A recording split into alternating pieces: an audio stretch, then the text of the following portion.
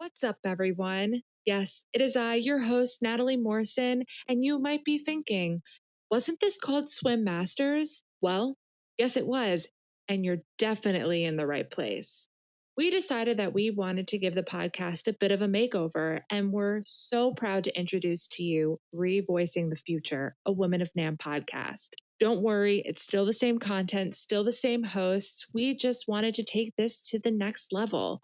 And we're excited that you're joining us on this fantastic journey. The episode that you're currently listening to was recorded before the name change. And I just wanted to let you know that you are in the right spot. So keep on listening. Be sure to subscribe and stay tuned for all new episodes of ReVoicing the Future, a Women of NAMM podcast, coming soon.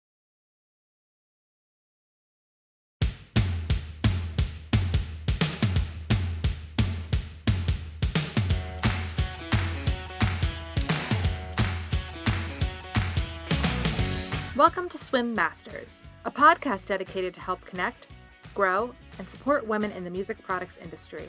I am your host, Natalie Morrison.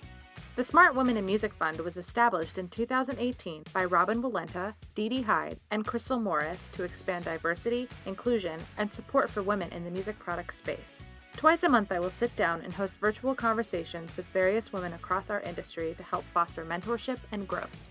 Now, without further ado, let's dive in.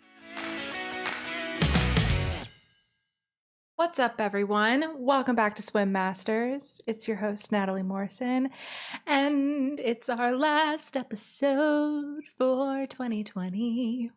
I don't know if I'm sad or excited. I'm sad that it's the last episode of 2020, but I'm excited that we're almost done with 2020. Anyway, I just want to thank every single one of you who have tuned in for the past 6-ish months to the podcast. When we started this when we launched back in July, but we started planning this podcast back in March. I didn't know what this would turn into and what this would look like. And I'm honestly just so humbled and grateful for being able to do such an incredible podcast and talk to all of these really inspiring, wonderful women and share their stories to others in this industry. So thank you, thank you, thank you. I'm so excited to see what 2021 is going to bring, and I really hope that you tune in for that. So yeah, today is our last episode of the year.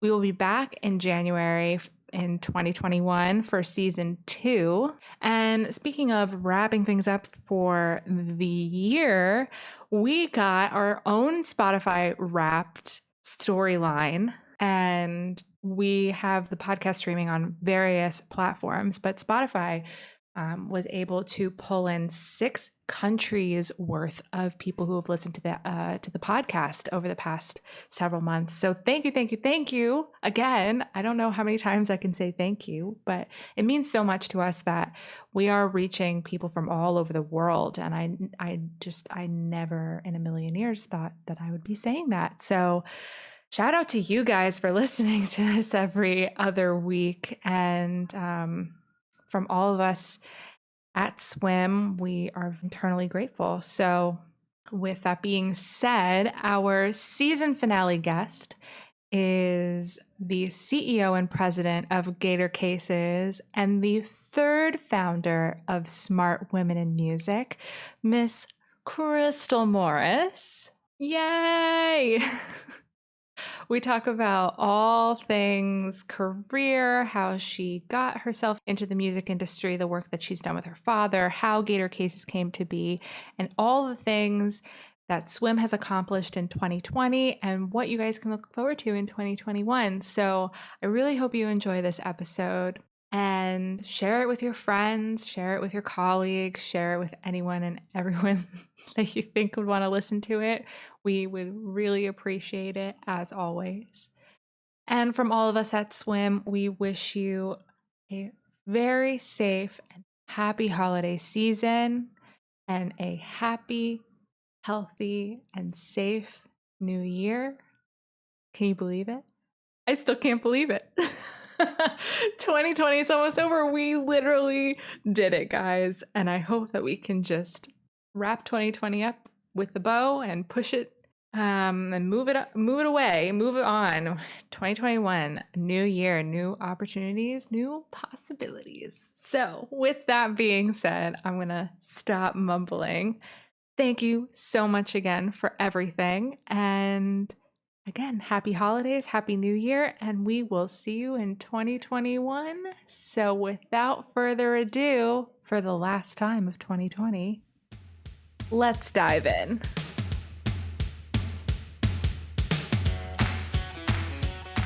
Hi, Crystal. Thank you so much for joining Swim Masters. I'm so excited to have you on the podcast. Thank you so much for having me. I'm so excited to be here and love what you're doing. Oh, thank you. I really appreciate it. So, I would love to start by talking about your experience in the music industry. Similarly to myself, you have grown up in the music industry and you've also learned a lot from your father due to his involvement in the industry. So, could you tell me what that was like for you growing up? Yeah, sure. My dad was in the music product industry all my life. And so growing up, I was just really privileged to be around it. He's kind of a serial entrepreneur personality. And so he was always working, always bringing stuff home. I get to go to the office and, see what was going on and see, I don't know, I remember like new technology. And so it was really, I guess I didn't realize at the time how what an honor and privilege it was to be around it. But I just, got to get the vibe, the feel, see kind of the relationships that were built, just that, not only it seems like so many cases that we work together, but there's just so many deep bonds that are formed within this industry and friendships. So I think it set just a really nice background for me in what this industry was about. Yeah, definitely. Did you always know that you wanted to be involved in the industry and follow your father's footsteps, or were you just kind of one day you're just like, all right, I'm going to do this? Yeah, great question. So I guess the short answer was no. I did not always know that. I didn't, grow up in a situation where it was like, oh, that's a multi-generational company I was going to walk into. Um, I guess, in high school age, I thought I wanted to be a lawyer. I was super into doing like teen court um and I always liked business, so decided to get an undergraduate business degree. And I guess kind of the road that ended up taking me to the music industry was I went to college and got an undergraduate, with in business. But my dad, and in his honestly wisdom now looking back, was like, okay, great, you now learned all these things from a book. Now you need to go learn real life. And so he helped me have what he felt was like a real life MBA. And so I spent, I think it was close to 2 years, maybe like 18 months. So um, kind of doing all these random internships he helped me get, um, doing some traveling with him, doing so just taking some different classes. And during that period of time, obviously where he could help me get these experiences were mostly in the music industry. And like I think really unique, cool things, everything from like a freight forwarder to working in a distributor in Argentina. I really kind of fell in love and got attached to what I was doing, and and really saw what a great industry it was, and the opportunities. And so so kind of following that, I started working with him. He had somewhat like a rep business, but really focused mostly on the international markets. And so I worked with him in Miami doing marketing. And so that was kind of my first real job in the music industry, other than attending lots of NAMM shows growing up. And I think my role was always kind of the receptionist. I just remember like running back and being like, okay, your next appointment here, your next appointment is here. So that was kind of my first, real foray into working actually. That's so interesting because as we're talking, I see a lot of my own experiences when I was in college with my father, and it's very similar. Like, I remember my sophomore year of college, he was like, "Here's an opportunity. You can come with me to the NAMM show." And you can intern with the show and see how you do it. And he would describe to people that he was like, I'm throwing her in the pond, and if she swims, great. If she doesn't, well, then we'll revisit that when that happens or if it happens. It's just really interesting, though, like to see and hear from someone who had that similar experience as well. Yeah, you know what I love that you said, Natalie, and it's like one of the things that I often talk to people about that are, doing family businesses is that one of the best things my dad did for me was that kind of, throw you in the pond. He really let me make decisions and own them versus always telling me Yeah. what to do. And sometimes obviously they weren't right, or we I had to maybe the way I went about it the first time wasn't maybe the easiest way, but giving me the opportunity to make the decisions, to not always tell me exactly what to do, or and to go learn on my own, I think ultimately has given me so much confidence later. Oh, yeah. I totally agree with you. So, what experiences did you have growing up that helped shape you to where you are now? I mean, I guess so, like growing up, and I think if I a couple of things, and obviously this is a swim podcast, so talking a little bit about women in leadership. I think one of the best things that my parents did for me is I never felt like that there was anything I couldn't do because I was a female. Um, and so I I think as far as like, feeling confident, feeling like I have a voice at the table, from an early age, I think I always felt that way because they never told me I did, and we're very fortunate that they exposed me to a lot of things and gave me the opportunity to experience maybe some things that aren't really thought of as like girl things to do. But learning those things has, I think, really, really helped me feel like, I wasn't different, or that because I was a woman, I couldn't accomplish something. Like when I look back in terms of growing up and being pivotal was I played very competitive tennis. I think that piece of playing a competitive sport, and maybe in particular one that you do singularity, so like you're not, not a team sport, is you learn pretty quickly you can work really hard and practice, and most likely at some point you're going to lose. You don't win every tournament for sure, and you got to kind of scrape yourself up and shake it off, and go back and work hard again. And I think that experience really helped me get a strong sense of work ethic, and the ability to take failure and look at it as a learning experience, and willing to go back at it again. I love that. I think that's a really great way to describe it, and having those other experiences kind of help shape you that you don't think at the time will be so instrumental in that. Yeah, no, I know. I mean, it's interesting. I personally have two boys, and I'm looking at where they are in their kind of life journey, and I'm wondering, the things that they're doing right now that are challenging. I'm hoping they're the things that they look back on are like, hey, that's where I got strong. That's where I got confidence. Yeah, definitely. So in 2000, you and your father created Gator Cases. Can you talk about the original vision behind the company and how that's transformed to where it is today? Yeah, absolutely. So that year I had moved to Tampa, which for those of you who aren't geographically in tune with Florida, from Miami, that's about 4.5, 5 hour drive. And so I'd moved to Tampa, decided to go back and work on my MBA. And so I was in business school, and we saw this opportunity. A couple of things had changed with what my dad was doing in terms of repping kind of a similar company. And so we were like, hey, why don't we do this? We could do a case company. And so literally my parents were visiting in Tampa. We were sitting around the kitchen table, and we're like, hey, let's just do this. And I was in this accounting class at the time, and we were studying a variable cost model. And so I was like, you know what? We can do this variable cost model. We can outsource everything. So warehousing, and product design, and marketing. And, we found people to partner with without bringing on a big staff.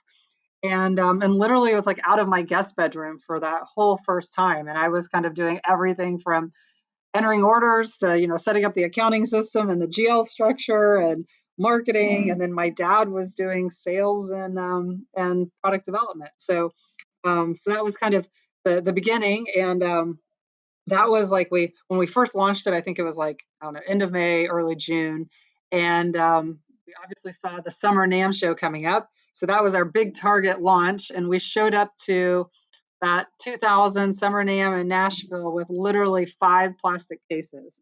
Looking back, I'm like, oh wow, that was probably, people were probably looking at us like, are you guys crazy? What are you gonna do? But I think, at the time, I personally didn't know any better. I thought we were off and running, and so that was the start of Gator.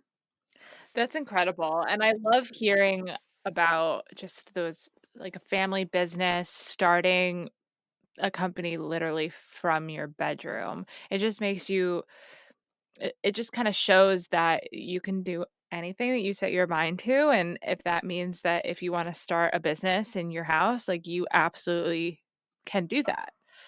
Yeah, no, I agree. I think maybe looking back, a little of it was, we were just really determined, and we just kind of set our goals. We saw an opportunity, and a part of a way that this product category, we thought we could do it differently, and we just kept working at it. And I think we didn't, at least one of the things I feel like I've learned is, we didn't really stop to worry of, look back at, oh wow, there was a hurdle and we had a hard time getting over it. We just jumped over it, plowed through it. Or if sometimes it really gave us, was hard, and we had some failures, we just didn't focus on those. We focused on how we could learn from those and move forward. Yeah, definitely. And that's also something that I think has been really valuable as I've spoken to a bunch of the incredible women in our industry is that a lot of them have taken these risks or they've seen these opportunities and they've capitalized on those. And it's really kind of pushed them to where they are today. And it's just a testament to see it again that um yes, it can be a risk, but if you just believe in yourself and you're confident in what you can do, that you can accomplish so much. Yeah, no, I guess I think it's, about being willing to take those risks, the risks maybe financially, but also just personally, like putting yourself out there, being able to accept if, you have some failures, but you're going to just you're going to work hard and overcome them. You're going to figure out ways around them. You're going to find great mentors and support. And I think that's one of the things that, one of the great things that we're doing with Swim is hopefully other women out there that want to start businesses, they can lean on each other, lean on us, to find that support while you're following a dream. And I think just, taking every day and tackling it, and you can quickly turn a bedroom business into a big business. Yeah, absolutely. So, as a woman leader in the industry, what is something that you've learned throughout your tenure that you try to live by each day? Yeah, I mean, I think just in general, talking about, whatever gender, I think to me in leadership, number one thing you can do is just follow like a mantra of do the right thing. If sometimes doing the right thing might make you uncomfortable or be the harder route or be costly, but for sure you're going to feel like you gave it your all. You can go and sleep well at night, and I think that really garners just a lot of respect from your peers and colleagues. So I think number one thing, just take the high road, do the right thing. And then I guess the other thing in terms of, in particular with women in leadership, is I really think that we need to be all helping each other, um, and really helping each other selflessly. It's not about helping someone in business, or personally, whatever, to get something back. It's about, hey, you need help, I'm here, I'm gonna weigh in and do what I can to help you be successful. And I think doing that selflessly, it always in the end comes back and is returned in spades, or goes around somehow. But I think that taking that philosophy, and we're all in different points of our journey. I mean, there's people out there that I could mentor, and there's people that would mentor me at all times in our journey. And so I think us all leaning in and doing that can really make a huge difference and really, create a great group of women leaders in our industry. I couldn't agree with you more. And that's kind of what I love about our industry in general is because the music products industry in itself is such a niche, smaller industry compared to, I don't know, some other industry. But um, we have these opportunities where once or twice a year we can all get together and be in person when there's not a global pandemic happening, but really learn and grow and make those lifelong connections as if it's like one big family. Absolutely. Yeah, no, I mean, I think that that's one of the really unique things about the music product industry. And it's interesting. So many people I talk to that come from other industries, and I mean, having some experiences outside the industry make you appreciate what a wonderful kind of network and relationship industry it really is. Yeah, 100%. So let's talk about swim. You, alongside the wonderful Robin and Dee Dee, were instrumental in getting this organization off the ground. What inspired you to want to get involved with swim? Yeah, I mean, I guess I had just for so many years been looking around, and there's so few women leaders in our industry. I mean, quite frankly, across all industries that's the case, but the music product industry is even well behind that. And so I just had really taken note to that. Over the years. And then I was actually on vacation and I saw a phone call come in from Robin Walenta, and of course I would take it. And I was literally standing at an airport, and she's like, "Hey, we're working on this thing, and we really, I think you would be great to co-chair this with us." And I was like, "You got it. I'm in. Let's do it." I love that. And I love just the story of how swim came to be what it is from like an idea that happened around a pool conversation at NASMD. Yeah, I know. That's what I think. They started at a pool, and then I was near a beach, and they gave me a call, and I was like, I'm in. Let's figure out what we can do." So, So your work with swim has a focus on the mentorship aspect of the mission. I'd love for you to talk about why you believe mentorship is so important. yeah, so I think kind of the pillar that I've been really focused on is kind of a hybrid of mentorship and just education. And I think both of those are topics that I'm really passionate about. I I firmly believe that building relationships and us all working together just absolutely makes everyone get further. And I personally feel like one of the strongest things I have is the network of relationships I have, that no matter what's going on, I can pick up the phone and I have someone that I know cares about my best interest and is going to give me advice or input. And so I really wanted to create that for every woman in our industry so that they could have that same network and make it happen as fast as possible for them versus over a lot of years. And as we talked about at the very beginning, I had, multi-generational, relationships because my dad was in the industry. So how do we make that so that everyone can have that team of support out there? So really focused on that. And then the other piece is just continuous education. I mean, I personally am always undertaking some new educational journey, and there's just always so much to learn and new ways to look at things and things that you can take back to your company, um, and hopefully make a lot of change. So we really are wanting to make sure that swim is helping to bring that education and those new ideas so that the women that are involved with swim are going back to their companies and bringing really valuable ways to help them grow and be successful. I love that. It's so important and it's much needed too. And what I also love with what you said about mentorship is the idea that it can be multi-generational. You're a mentor and you can be mentored by someone. I have mentors, but I've also been in situations where I'm mentoring the younger generation who might be like in college trying to figure out their next step or what they want to do. So you can be a mentor at any stage of your career. And I think that's really important for people to know as well, is no matter how old you are or where you are within your own career journey, that there's always someone trying to learn and grow just as much as you are.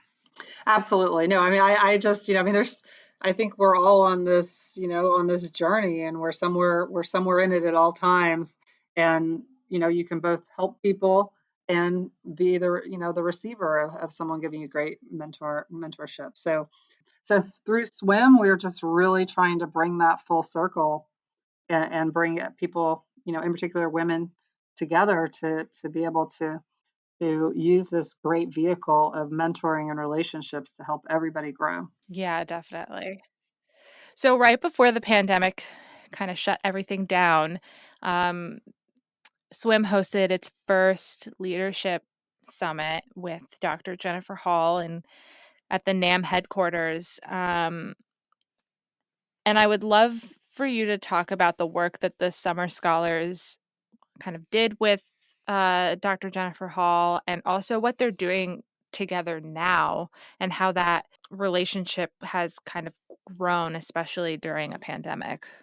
Yeah, absolutely. So as you know, so I'm not sure. I think maybe in one of the prior podcasts with Robin or Dee Dee, they probably talked about we got together and we came, we have this great idea, swim. What's it going to be? And one of the things is we really were talking about how do we help women at all different stages of their career journey advance.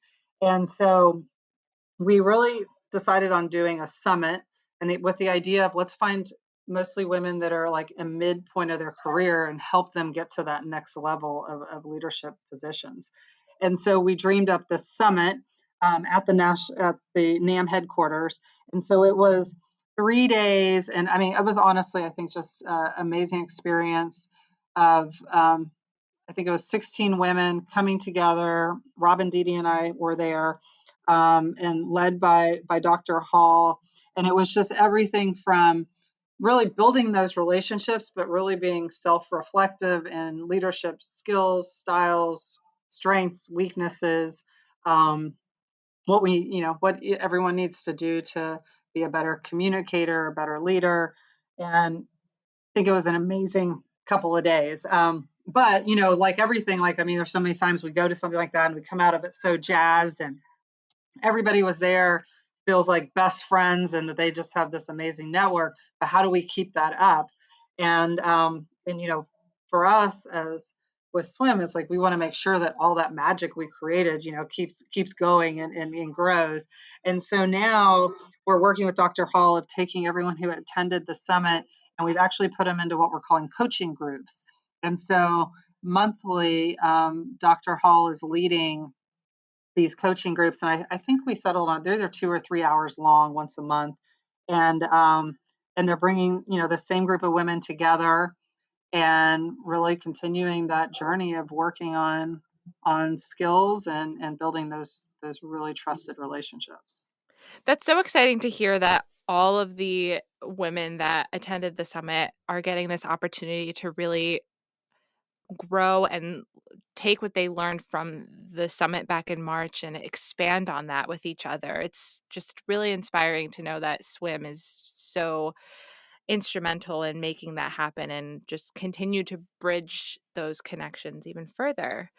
So with that, what else is swim currently working on, or what can we look forward to swim doing early in 2021?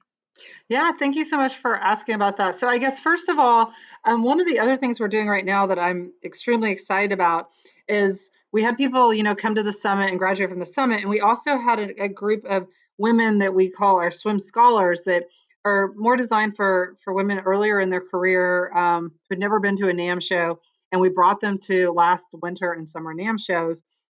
And at the NAMM show, we, really gave them, I think, a great mentorship and opportunity to shadow and just meet a lot of people. But we also wanted to make sure that we stayed with them through their journey and to continue. And so we've also are using Dr. Hall to run a coaching group for them. And one of the really cool things is that some of these women don't know each other. And so now we've put them together into a group and they're getting to know each other, building a great network, and continuing their educational leadership journey. And then some other things we're working on. We are going to have a great speaker at the Believe in Music Week, really talking about women and managing through this pandemic time. And we're already excited planning the summit for next year. Fairly soon, we're going to be opening up the application process. We are really hoping to do it in person at the NAMM headquarters. I think our first dates are May, and then we also have some backup dates later in the year because we just, thought that it was just a magical experience, and we definitely want to deliver it again for next year and all the years to come. So yeah, so that's some of the stuff that we have also in the works. That's so exciting, and I can't wait to see how everything's going to play out, and everyone just stay tuned for when the applications come out for the next summit, because that's definitely an opportunity you're going to want to jump on. Yes, we are looking for a amazing group of women, and I can't wait to meet who they are. So please, we will definitely be pushing it out and letting everybody know when that application process launches. Amazing. Well, Crystal, thank you so much for taking the time to chat with me and tell your story and talk about all things swim. I'm very grateful for your participation. Well, thank you, and I'm extremely grateful for you putting this together.